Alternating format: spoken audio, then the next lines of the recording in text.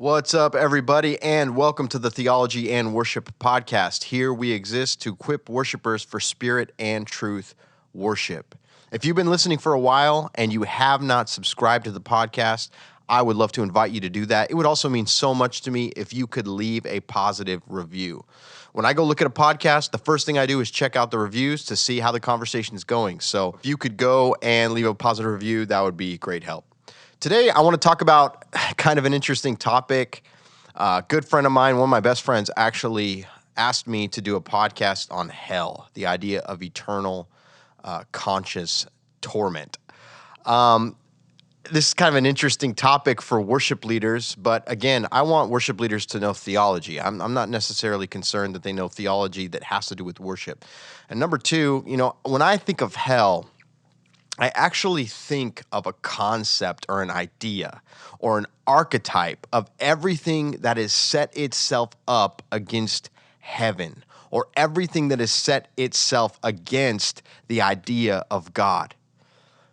Hell is that archetype of evil that would steal, kill, and destroy everything from you. Therefore, if that's true, then worship leaders absolutely need to know what they're up against. And when we're talking about worship, as we so often have talked about on this podcast, we understand that worship leaders are called to step first into the battle, first into the chaos, first into the flooding rivers. If we're going to step first, then I think it's really important that we know who our enemy is. So let's talk about hell. Let's talk about that enemy. Let's talk about the archetype of everything that is opposing what we are trying to accomplish in bringing heaven to earth. I want to first start out by saying that the idea of hell, the Western idea of a place of eternal conscious torment, is actually borrowed from Dante. It's this story that was later embellished in paintings, this idea of these 9 realms of hell, and each realm you get lower because of how you were on earth. And it's basically this idea that works gets you lower in hell. If you're a worse person, you get lower in hell, and that each level is a different level of torment and torture. This is not a biblical worldview at all. This is not what the Bible teaches at all. In fact, in the Bible, specifically the New Testament, where we'll be dealing with for the sake of time, we really don't have a lot about this idea of hell. We basically have a couple of words. We have Hades in the Greek, which basically means underworld, and it is an idea of the Greek mythological underworld. And in the Hebrew, that word is translated as Sheol. It literally means grave. It's this dark, murky place that your body physically goes to when you die. It means grave. And then we have this word Gehenna, which is the word that Jesus mainly used. He used it, I think it's in the New Testament about 12 times, mostly by Jesus. I think 11 by Jesus. 1 is in James. And when you read the word hell in the New Testament, this is actually the word that you're seeing, Gehenna. Here's why this is important. Is because Gehenna in the first century was a literal place. It was a literal place. Gehenna actually means valley of Hinnom. In Hinnom, there was a valley. Hinnom is an actual historic location in first century Jerusalem. And in Hinnom, there was this valley. And at this valley is where they burned their trash. So this was their landfill where they burned the trash. Tradition has it that they would burn trash around the clock, 24 hours a day, 7 days a week. This is where it was their dump. This was their dump. And so this was a literal place that Jesus was talking about. So in places where Jesus says things like, it's better for you to go, pluck out your eye because it's better to go into life maimed than it is for your whole body to be thrown in hell. It's actually the word Gehenna. It's the town dump. It's the town garbage heap. And that's really it. And I think this is actually a poignant metaphor that Jesus uses and his listeners understood. When he said Gehenna, he might even point it at the smoke in the air. It's this idea, it's this archetype that everything that is going the way that's not God, when you choose the thing that's not God, you're going the way, you're choosing the way of death. You're choosing the way of letting the promises and blessings of God unravel in your life and go away. And you are now on the trajectory towards death. That's the idea of Gehenna. It's a literal place that Jesus uses as a metaphor because honestly, we need this metaphor. We need a word or a concept that explains the excruciating pain that this life brings when it's in the chaos of the fall of man. We need a word that explains the trajectory of your life when you choose not God, when you choose sin over God.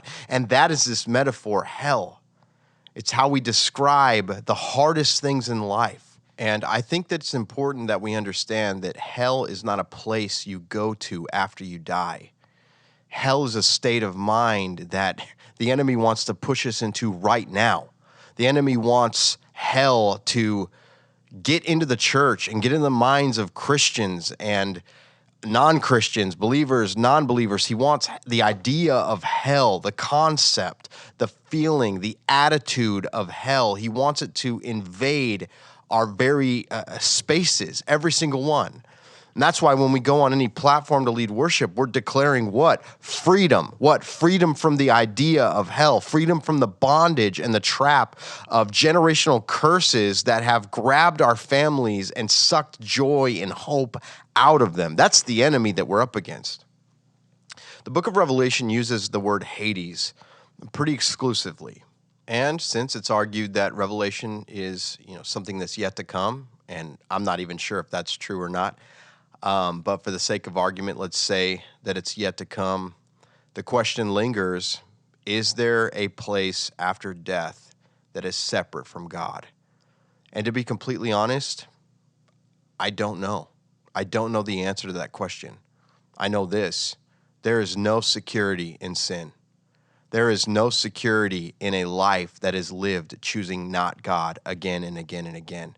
There's just no security. There's no safety in that.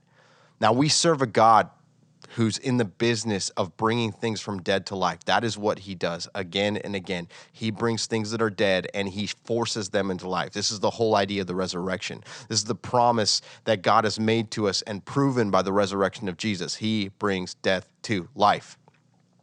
But there's no security in choosing not God, now or after this life. It's just not a safe place to be. What I want to do, what I think the church needs to do, is stop condemning people to this idea of hell. And we need to actually be the church that goes into hell and grabs people out of it. Because that's what Jesus said the church was supposed to do all along. He said the gates of hell would not prevail against her. Gates are defensive mechanisms. They are not offensive. The church is on the offense. Hell is on the defense. We need to go into hell and pull people free from the bondage of it. That's the whole point of the church. Like when I see people are holding signs like turn or burn or those kinds of sermons, those kinds of messages, that's just not the heart of God. The heart of God is that the church rises up, stands up, experiences the hope of the gospel, and then goes forcibly into the idea of hell, the place where hell is having dominion, and pull those people into freedom. Pull those lost people into belonging. That's what the church exists to do. So I'm less concerned with, is hell a literal place of eternal conscious torment? And I'm more concerned with, it is attacking us right now. It is taking dominion right now. And we are supposed to be the ones on the offense. The church is supposed to be the one going and breaking down the gates of hell with hell trembling on the other side. That's what I'm concerned with. So I think it's time for us to be those people. And I think the worship leaders go first. I think the creatives go first. I think the artisans go first. And I'm ready. I'm ready to go.